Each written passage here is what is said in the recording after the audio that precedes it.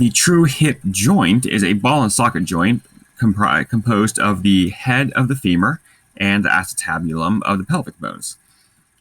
So we have the head of the femur is the ball, and then the acetabulum of the pelvic bones is the socket that the head of the femur sits in. And this joint is stabilized by 3 ligaments that join the femur to the hip bones. And if you remember the parts of the pelvic bone, it's pretty easy to remember the names of all the different ligaments because we have the iliofemoral, the ischiofemoral, and the pubofemoral ligaments, which originate as expected.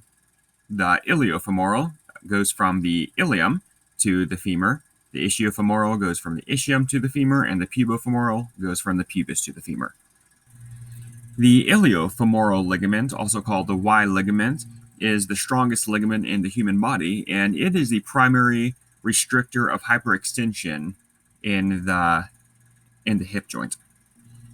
So this is the ligament that restricts your back leg when you're going into your splits, or this also has some restriction and turnout, which makes sense if we think of this leg kind of rotating out. This ligament right here is going to restrict the extent of that motion.